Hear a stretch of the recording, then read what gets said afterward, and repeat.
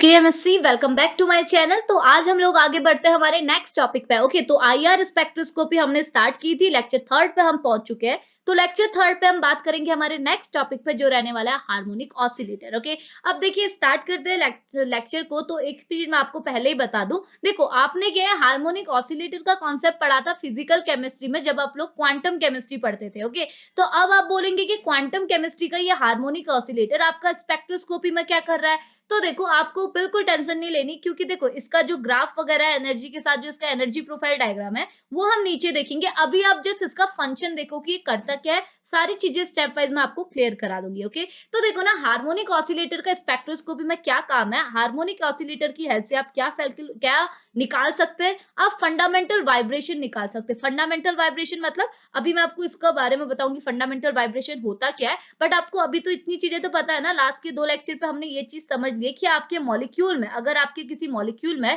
IR radiation पड़ती है, तो अगर आपके मॉलिक्यूल में क्या होता है, डाइपोल मोमेंट में चेंज है, या फिर आप बोल सकते हो उसमें सेंटर ऑफ सिमेट्री एब्सेंट है, तो वहां पर को कुछ ना कुछ वाइब्रेशन आपको देखने को मिलेगा। अब वाइब्रेशन के भी आपके टाइप्स होते हैं, तो अगर हम लोग हार्मोनिक ऑसिलेटर का यूज कर रहे हैं, तो हम लोग इस मॉलिक्यूल में फंडामेंटल वाइब्रेशन, या फिर आप बोल सकते हैं फंडामेंटल वाइब्रेशन के लिए कितनी एनर्जी की रिक्वायरमेंट है, ये कैलकुलेट कर सकते हैं। समझ में आया? अभी आप जस्ट इतना सुनिए। ओके, उसके साथ साथ एक और चीज को कैलकुलेट कर सकते हैं, वो है आपकी जीरो पॉइंट एनर्जी। आपको शॉर्ट नोट आता है जीरो पॉइंट एनर्जी पे, तो आप क्या है ये हार्मोनिक ऑसिलेटर की हेल्प से जीरो पॉइंट एनर्जी की वैल्यू भी कैलकुलेट कर सकते हैं। ओके, अब देखो पहले मैं आपको बताती हूँ फंडामेंटल वाइब्रेशन क्या है। ओके, तो आप सिंपली समझो फंडामेंटल वाइब्रेशन क्या होता है। आप देखिए, आपको अभी मैंने सेम चीज बोली कि अगर आपके पास कोई मॉलिक्यूल है और आप इस मॉलिक्यूल के ऊपर क्या है आईआर रेडिएशन डाल रहे हैं, आईआर रेडिएशन, तो क्या होगा, आपका मॉलिक्यूल के अंदर जो एटम्स प्रेजेंट है, एटम्स जो एक दूसरे के साथ अटैच है,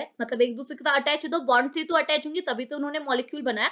तो एटम्स के बीच में जो बॉन्ड है उनमें क्या आने लगेगा, वाइब्रेशन आने लगेगा। वाइब्रेशन के टाइप्स में आपको ऑलरेडी पढ़ा चुकी हूँ, बस इसमें एक हमने बात करनी है फंडामेंटल वाइब्रेशन स्पेसिफिकली। ओके, तो फंडामेंटल वाइब्रेशन आप किसे कहोगे, अगर आपके मॉलिक्यूल में आपने आईआर रेडिएशन डाली, ये अभी तक क्या है, अभी ये ग्राउंड स्टेट में। ओके, ये आपकी क्या है, ग्राउंड स्टेट, यानी कि इसकी एनर्जी मिनिमम है, सबसे नीचे। ओके, लेकिन जैसे ही आपने इस मॉलिक्यूल में आईआर रेडिएशन डाली, इट मींस इसको एनर्जी प्रोवाइड की। ओके, तो जैसे ही आपके मॉलिक्यूल ने कुछ एनर्जी को एब्जॉर्ब किया, मैंने बताया एब्जॉर्प्शन स्पेक्ट्रोस्कोपी, एनर्जी एब्जॉर्ब की, तो आपके मॉलिक्यूल एक्साइट हो जाएगा। एक्साइट हो जाएगा तो ये क्या करेगा, थोड़े हाई एनर्जी लेवल पे आ जाएगा, और इस एनर्जी लेवल को आप क्या बोलते हैं, E1, क्योंकि ये फर्स्ट एनर्जी लेवल है। ओके, इसके ऊपर जो एनर्जी लेवल होगा वो होगा E2, क्योंकि ये सेकेंड एनर्जी लेवल है। तो आपके पास नंबर ऑफ एनर्जी लेवल होते हैं, और आप आईआर के केस में इसे कैसे रिप्रेजेंट करते हैं, आप इसे रिप्रेजेंट करते हैं V1 V2 से। जैसे ये पहला वाइब्रेशन हमने क्या, मैंने आपको पहले भी बताया कि ये जो आपके लेवल्स होते हैं ना, ये क्या होते हैं, V1 होता है, वाइब्रेशनल लेवल को आप बताते हैं V1 लेवल, ये होता है V2, ये होता है V3,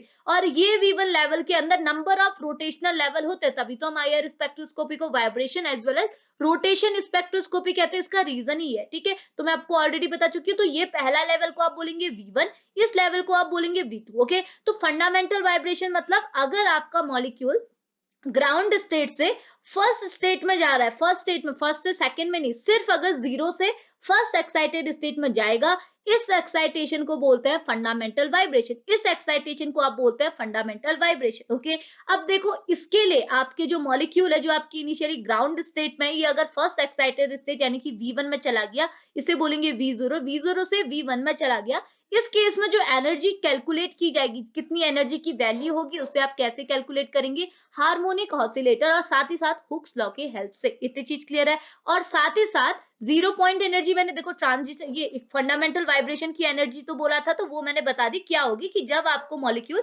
जीरो एनर्जी लेवल से फर्स्ट एनर्जी लेवल पे जाएगा, तो जो एनर्जी की रिक्वायरमेंट होगी वही होगी आपकी फंडामेंटल वाइब्रेशन एनर्जी। और उसके साथ साथ जीरो पॉइंट एनर्जी क्या होती है, तो जीरो पॉइंट एनर्जी मतलब अगर आप हार्मोनिक ऑसिलेटर की हेल्प से जब एनर्जी की वैल्यू निकालेंगे, और अगर आप उसे जीरो एनर्जी लेवल की, मतलब अगर आप जीरो वाले जो ये वाला आपका जो लेवल है, जीरो लेवल है, इसके लेवल पे वो एनर्जी की वैल्यू पुट करेंगे, तो जो ओवरऑल एनर्जी की वैल्यू निकलेगी उसी को बोला जाता है जीरो पॉइंट एनर्जी। समझ में आया? अभी मैं जस्ट आपको इंट्रो करा रही हूँ, बाकी की चीजें हम आगे को डिस्कस करते हुए चलेंगे। ओके, इतनी चीज समझ में आई। अब देखो कि फंडामेंटल वाइब्रेशन मैंने बता दिया। फंडामेंटल वाइब्रेशन क्या होता है? एक टाइप का वाइब्रेशन है जिसमें आपका मॉलिक्यूल क्या है, आईआर रेडिएशन को पहले एब्जॉर्ब करेगा, वो तो होना ही है। आईआर रेडिएशन जैसे उसने अब्सॉर्ब की तो वो क्या किया, अपने ग्राउंड स्टेट से एक्साइटेड होकर सिर्फ फर्स्ट, देखो फर्स्ट में गया, फर्स्ट से सेकंड में जाएगा तो उसे कुछ और बोलते हैं, फर्स्ट से सीधे थर्ड में चले गए तो उसे कुछ और बोलते हैं, तो सबकी टर्मिनोलॉजी अलग है। अभी हम बोल रहे हैं कि ग्राउंड स्टेट से सिर्फ फर्स्ट एक्साइटेड स्टेट में गया, उस केस में इसे बोलते हैं फंडामेंटल वाइब्रेशन और जिसे बोलते हैं फर्स्ट ट्रांजिशन। ओके, इसके लिए एनर्जी जितनी है वो कैलकुलेट की जाएगी with the help of harmonic oscillator and Hooke's law. Okay,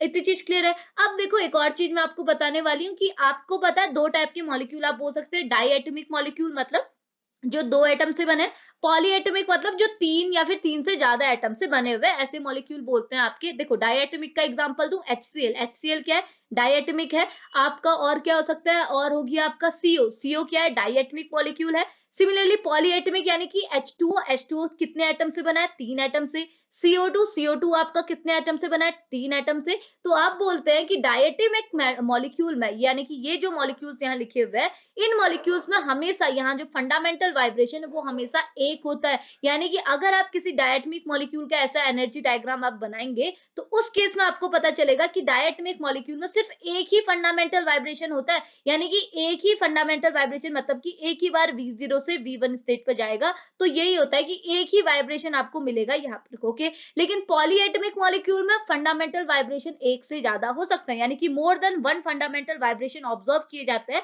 पॉलीएटमिक molecule में। ओके, तो फंडामेंटल वाइब्रेशन की एनर्जी हम लोग डायटमिक वगैरह के लिए निकाल तो अभी रहे, लेकिन बाद में हम लोग जो है वो हम लोग डिग्री ऑफ फ्रीडम, जो आपको पता है freedom, sorry, degree of freedom,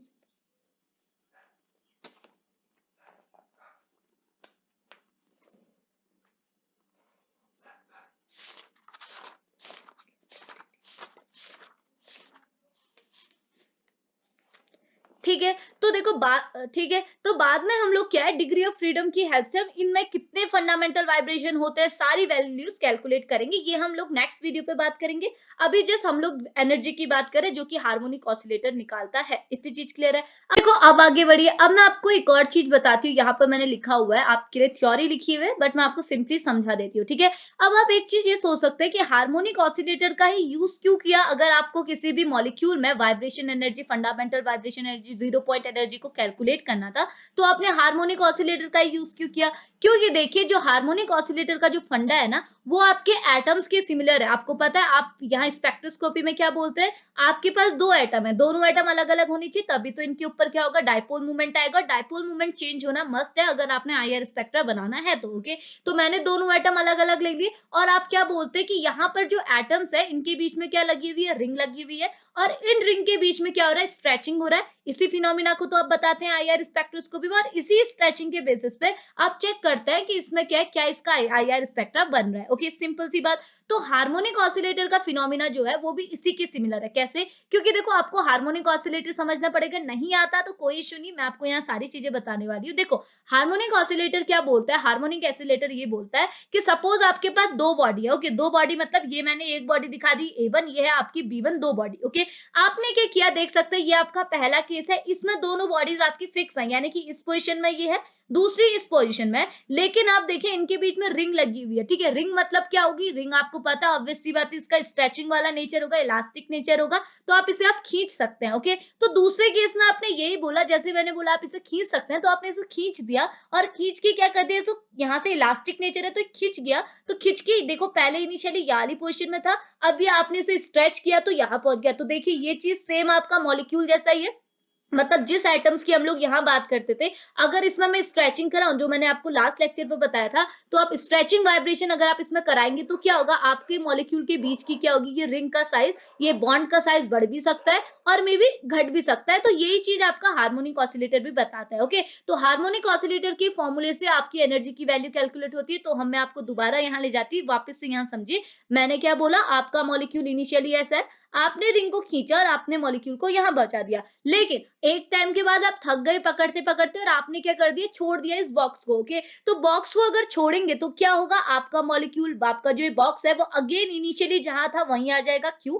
क्योंकि देखो आपने स्टार्टिंग में क्या किया, एक फोर्स लगाया इस बॉक्स में, और फोर्स कहाँ को लगाया, यहाँ को लगाया, ठीक है, इस डायरेक्शन में लगाया, ताकि आपका बॉक्स आप खींच के यहाँ पर पहुंचा दे। तो आपने फोर्स क्या है, इस डायरेक्शन में लगाया। लेकिन जैसे ही आप थके, तो हार्मोनिक ऑसिलेटर बोलता है जैसे आप थकेंगे तो आपका बॉक्स अगेन इनिशियली उसी पोजीशन में आया। क्यों? क्योंकि आपके बॉक्स में आप एक नेचुरल फोर्स लगा जिसे आप बोलते हैं रीस्टोरिंग फोर्स, जिसने क्या किया, आपने जो फोर्स लगाया था उसने उसे रीस्टोर कर दिया, रीस्टोर कर दिया, इसलिए हम उसे बोलते हैं रीस्टोरिंग फोर्स, जो कि एक नेचुरल फोर्स है। क्योंकि आपने अपने थ्रू, आप एक इंसान है, आपने खींचा, अपने थ्रू आपने एक फोर्स लगाया, लेकिन जैसे थोड़ा नेचर ने एक फोर्स लगाया जिसे आप बोल रहे रीस्टोरिंग फोर्स, जिसने आपके बॉक्स को जहां पे था पहले वहीं पे छोड़ दिया। ओके, अब देखो यहां से एक फॉर्मूला बनता है। फॉर्मूला क्या बनता है, अगर ये बोलता है सिंपल हार्मोनिक ऑसिलेटर, ये बोलता है कि जो आपका रिस्टोरिंग फोर्स होता है ना, जो आपकी, जिसकी हम लोग यहाँ बात कर रहे हैं, वो हमेशा डायरेक्टली प्रोपोर्शनल होता है किसके, डिस्प्लेसमेंट के।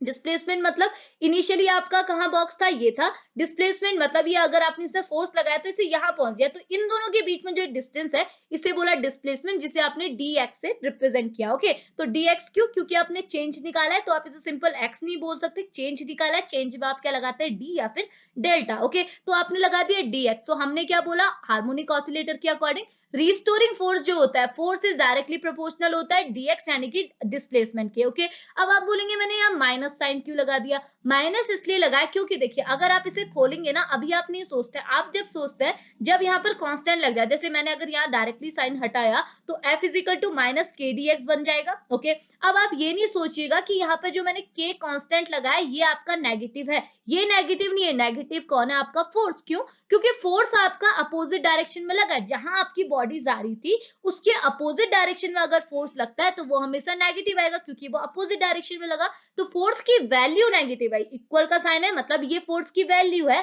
तो फोर्स की वैल्यू नेगेटिव है, इसलिए हमने यहाँ नेगेटिव साइन लगाया। ना आपका डिस्प्लेसमेंट नेगेटिव है, ना आपका कांस्टेंट नेगेटिव है, ठीक है। तो ये कौन नेगेटिव किसके लिए है, ये फोर्स के लिए, रिस्टोरिंग फोर्स के लिए। तो ये आपकी वैल्यू बन गई किसकी हेल्प से, ऑसिलेशन यानी कि सिंपल हार्मोनिक ऑसिलेटर की हेल्प से आपको फोर्स की वैल्यू ये मिली, और इसी की हेल्प से आप किसकी वैल्यू निकालते हैं, वाइब्रेशनल फ्रीक्वेंसी, यानी कि वाइब्रेशनल फ्रीक्वेंसी नहीं, फंडामेंटल वाइब्रेशन की वैल्यू निकालते हैं। ओके, अब देखो अगर आप इसे पोटेंशियल एनर्जी, क्योंकि अभी आप फोर्स के टर्म में ले रहे थे, बट हमें क्या चाहिए, एनर्जी चाहिए। ओके, तो एनर्जी यहाँ पर को क्या होती है, मैं आपको बार बार बोलती हूँ, जो आप ग्राफ प्लॉट करते हैं तो यहाँ एनर्जी लिखते हैं, ये कौन सी एनर्जी होती है, ये आपकी होती है पोटेंशियल एनर्जी। तो यहाँ लिखा है पोटेंशियल एनर्जी, जिसे आप v से भी रिप्रेजेंट करते हैं, सिंपल e से भी रिप्रेजेंट कर सकते हैं। ओके, तो सपोज मैंने v लिखा है प्रॉपर साइन, तो v इज इक्वल टू क्या होगा, आपको पता है पोटेंशियल एनर्जी क्या होता है, फोर्स इंटू डिस्प्लेसमेंट। फोर्स आपका क्या है, नेगेटिव है, तो आपने नेगेटिव फोर्स इंटू डिस्प्लेसमेंट किया।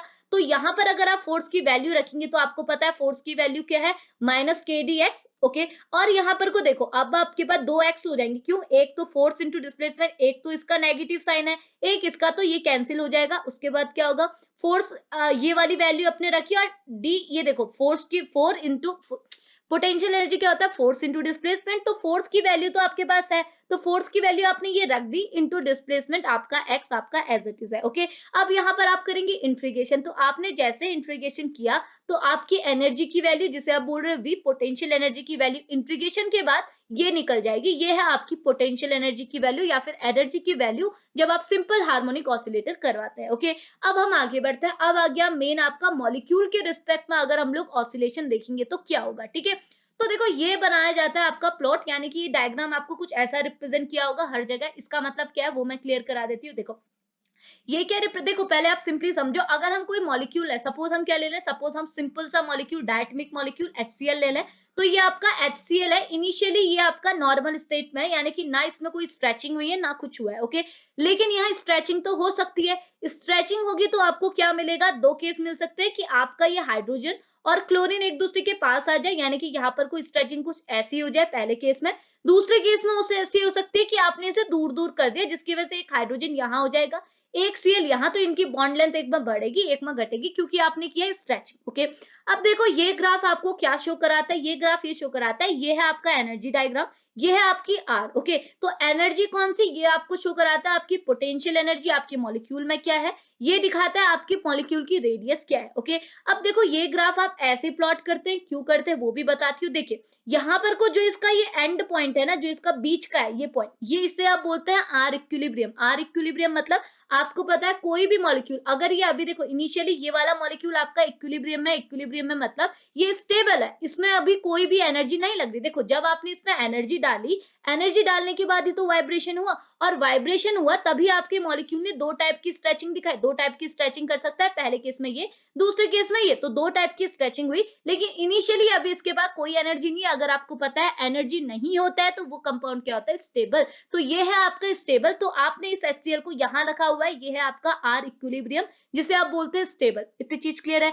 अब देखो अब क्या होगा, सपोज आपने अपने HCl मॉलिक्यूल में स्ट्रेचिंग कराई, मैंने आपको बताया दो टाइप की स्ट्रेचिंग हो सकती है, मे बी आपकी बॉन्ड लेंथ घट जाए, मे बी आपकी बॉन्ड लेंथ इंक्रीज हो जाए। तो यहाँ पर आप देख सकते हैं, सपोज आपका H इस पोजीशन में है और इस पोजीशन में, ये वाली पोजीशन में आपका Cl, तो यहाँ पर को बॉन्ड लेंथ क्या इनकी इक्विलिब्रियम में है, क्योंकि आपका क्या ये आर क्या इनकी रेडियस दिखा रहा है। ओके, यहाँ पर को बॉन्ड आपका इक्विलिब्रियम में, मतलब अभी आपका HCl मॉलिक्यूल क्या है, इनिशियली वो क्या है, इक्विलिब्रियम में है, स्टेबल है, अभी इसमें कोई भी इश्यू नहीं है। ओके, लेकिन जैसे जैसे आपने इस मॉलिक्यूल के ऊपर एनर्जी डाली तो मॉलिक्यूल में वाइब्रेशन आया। तो वाइब्रेशन दो टाइप का आ सकता है, मैंने क्या बोला, एक बार बॉन्ड लेंथ बढ़ सकती है, घट सकती है, एक बार बढ़ सकती है। तो सपोज मैं बोलूं कि आपका हाइड्रोजन यहाँ है और Cl इस पोजीशन में आ गया। ओके, कैसे आया, देखो क्यों, क्योंकि देखो इनिशियली बॉन्ड लेंथ इतनी थी, अब आपकी बॉन्ड लेंथ घट गई, हो सकता है ऐसा, बॉन्ड लेंथ क्या हो गई, घट गई। ओके, एक केस ये कि हाइड्रोजन आपका यहाँ है लेकिन Cl आपका क्या है, यहाँ है। अब आप देखिए आपकी बॉन्ड लेंथ क्या हो गई, बढ़ गई, यहाँ पर आपकी इक्विलिब्रियम में है,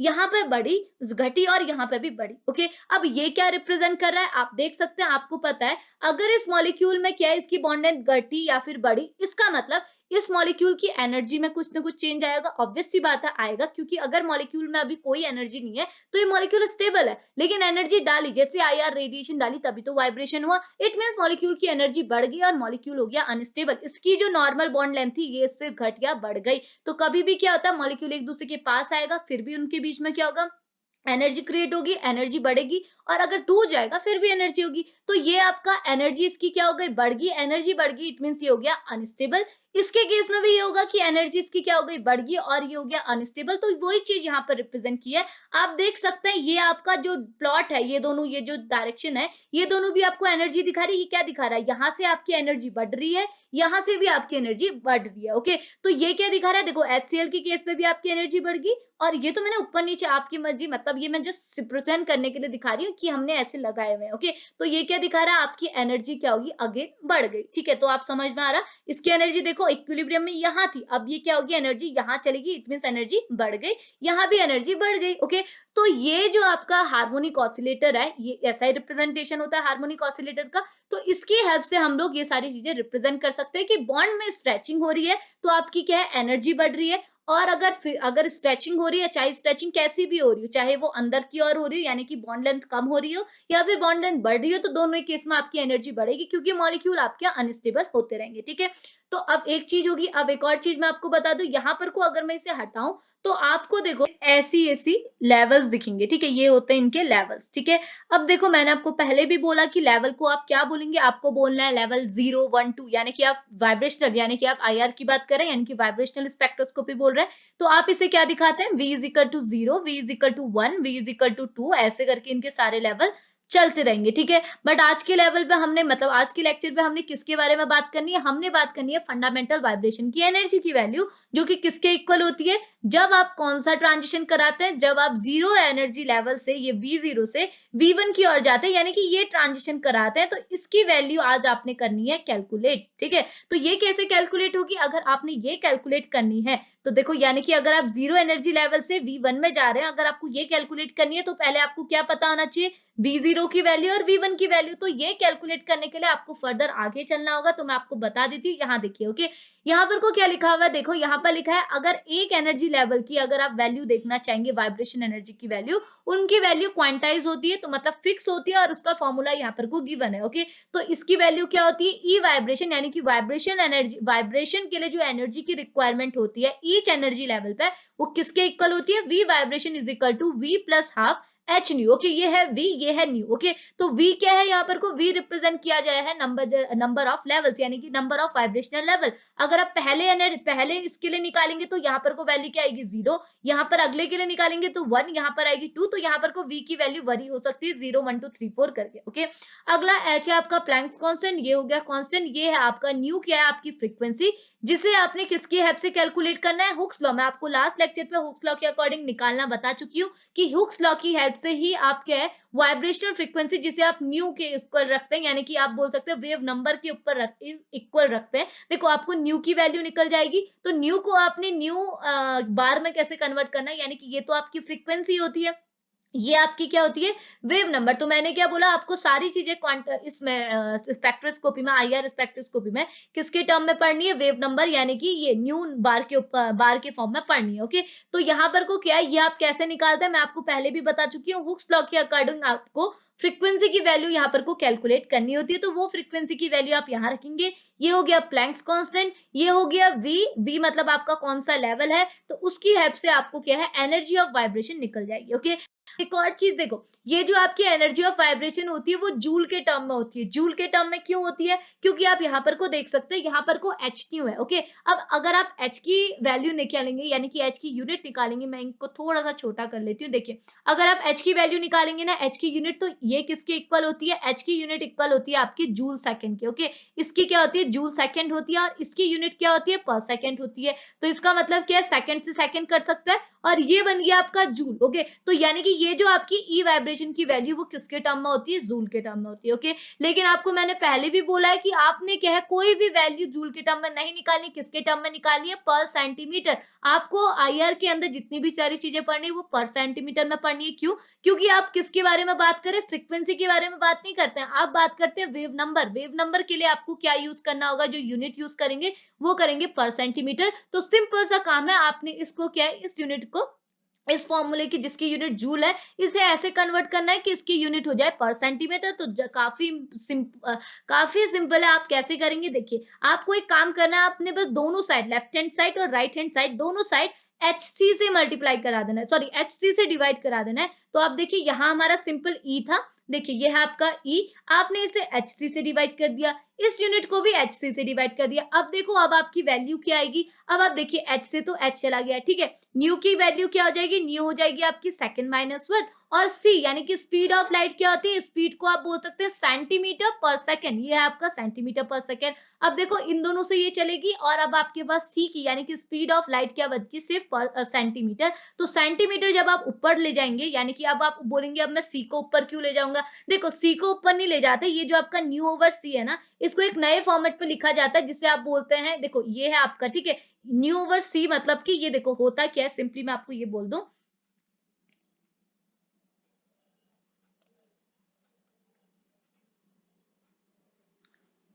किसके टर्म में लिखते हैं, इसे आप बोलते हैं ओमेगा बार ई, ओके। अब आप बोलेंगे इसे ओमेगा बार ई क्यों बोला, क्योंकि देखो ऐसा होता है, यहाँ पर जो ये न्यू है ना, आपको कहीं कहीं तो ये फ्रीक्वेंसी को न्यू के टर्म में लिखा होगा, कहीं कहीं ओमेगा के टर्म में लिखा होगा, ओके। तो अगर मैं इसे ओमेगा ही बोलूं तो ये क्या बन जाएगा, ओमेगा डिवाइडेड बाय सी। तो जब सी को ऊपर ले जाते हैं तो इसे आप कैसे लिखते हैं, ओमेगा बार ई, ओके। तो ये रिप्रेजेंटेशन किसका है, ये ओमेगा डिवाइडेड बाय सी, या फिर आप बोल सकते हैं न्यू डिवाइडेड बाय सी। तो आप सिंपली आप क्या कर रहे हैं, आप सी की वैल्यू को ऊपर ले जा रहे हैं, तो सी की वैल्यू को जब आप ऊपर लेंगे तो ये वैल्यू क्या हो जाएगी, पर सेंटीमीटर में आ जाएगी, यानी कि सेंटीमीटर माइनस 1 में आ जाएगी। तो आप क्या बोलेंगे कि आपकी जो है एनर्जी की वैल्यू है वो किस में निकल गई, पर सेंटीमीटर में। कितनी सिंपल सी बात है ना। लेकिन आपने एक और काम करना है, यहाँ पे जो है एनर्जी है इसके नीचे क्या आ गया, एच सी आ गया, क्योंकि हमने दोनों साइड एच सी से डिवाइड कर रखा था, ठीक है। तो अब आप इस वैल्यू को क्या है पूरी एनर्जी के फॉर्म में लिखना होता है, तो आप इसे ई डैश कहते हैं। इसका मतलब ये हुआ कि आपकी जो एनर्जी की वैल्यू निकली है वो किसके टर्म में निकली है, पर सेंटीमीटर के टर्म में।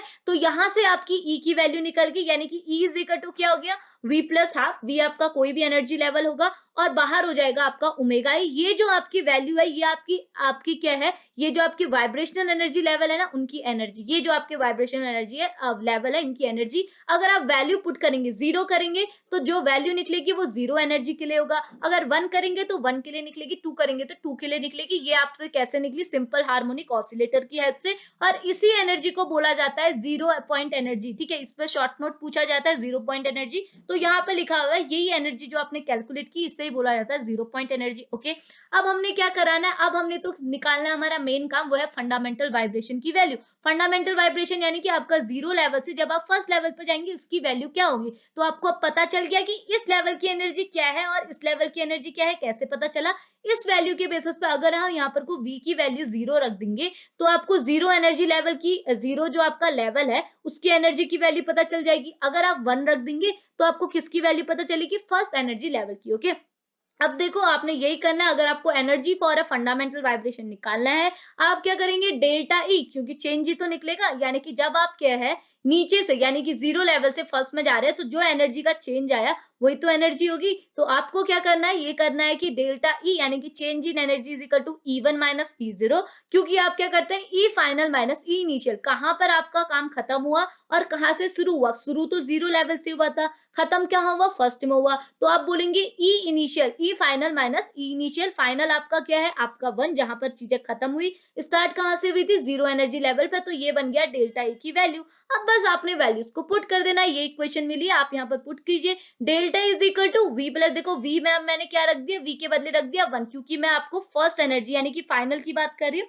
तो मैंने लिख दिया V1 plus half omega bar E minus V2 नहीं है ये, सॉरी ये है V0। Okay, V0 plus half omega bar E, क्योंकि ये वैल्यूज मैंने दोनों के रिस्पेक्ट में रख दी। ओके, अब देखो अगर मैं इसे सॉल्व करूंगी तो क्या आएगा? यहाँ पर आएगा डेल्टा ई, आपने इसकी वैल्यू रख दी। ये फर्स्ट एनर्जी लेवल है तो मैंने यहाँ लिख दिया 1, ये जीरो एनर्जी लेवल है तो मैंने लिख दिया 0, बाकी की चीजें एज इट इज है। ओके, अगले केस में क्या होगा? अब देखो ये अगर आप ऐड करेंगे तो क्या होगा? 3/2, 1 प्लस 1 हाफ क्या होगा? हाफ इज इक्वल टू क्या होगा? 3/2, और 0 plus half is equal to half. Okay, अब देखो अगर आप 3/2 से हाफ को माइनस करेंगे तो क्या आएगा? 1 आएगा। 1 मतलब क्या हो गया कि 1 इज इक्वल टू क्या हो जाएगा? Delta E is equal to क्या हो जाएगा? 1 ओमेगा ई बार, यही तो आएगा। और 1 लिखे या ना लिखे बात तो बराबर है, तो डेल्टा ई की वैल्यू आपकी क्या निकल गई? ओमेगा बार ई। तो ये वैल्यू जो आपकी निकली ये किसकी वैल्यू है? फंडामेंटल वाइब्रेशन एनर्जी की वैल्यू, वो भी कौन सी मॉलिक्यूल में? यूनिमॉलिकुलर के केस में, क्योंकि आपको पता है यूनिमॉलिकुलर सॉरी वो भी किसके? मोनो एटमिक के केस में, क्योंकि मैंने आपको क्या बोला? मोनो एटमिक या फिर डाई एटमिक के मॉलिक्यूल में आपके पास सिर्फ एक फंडामेंटल वाइब्रेशन होता है। पॉली और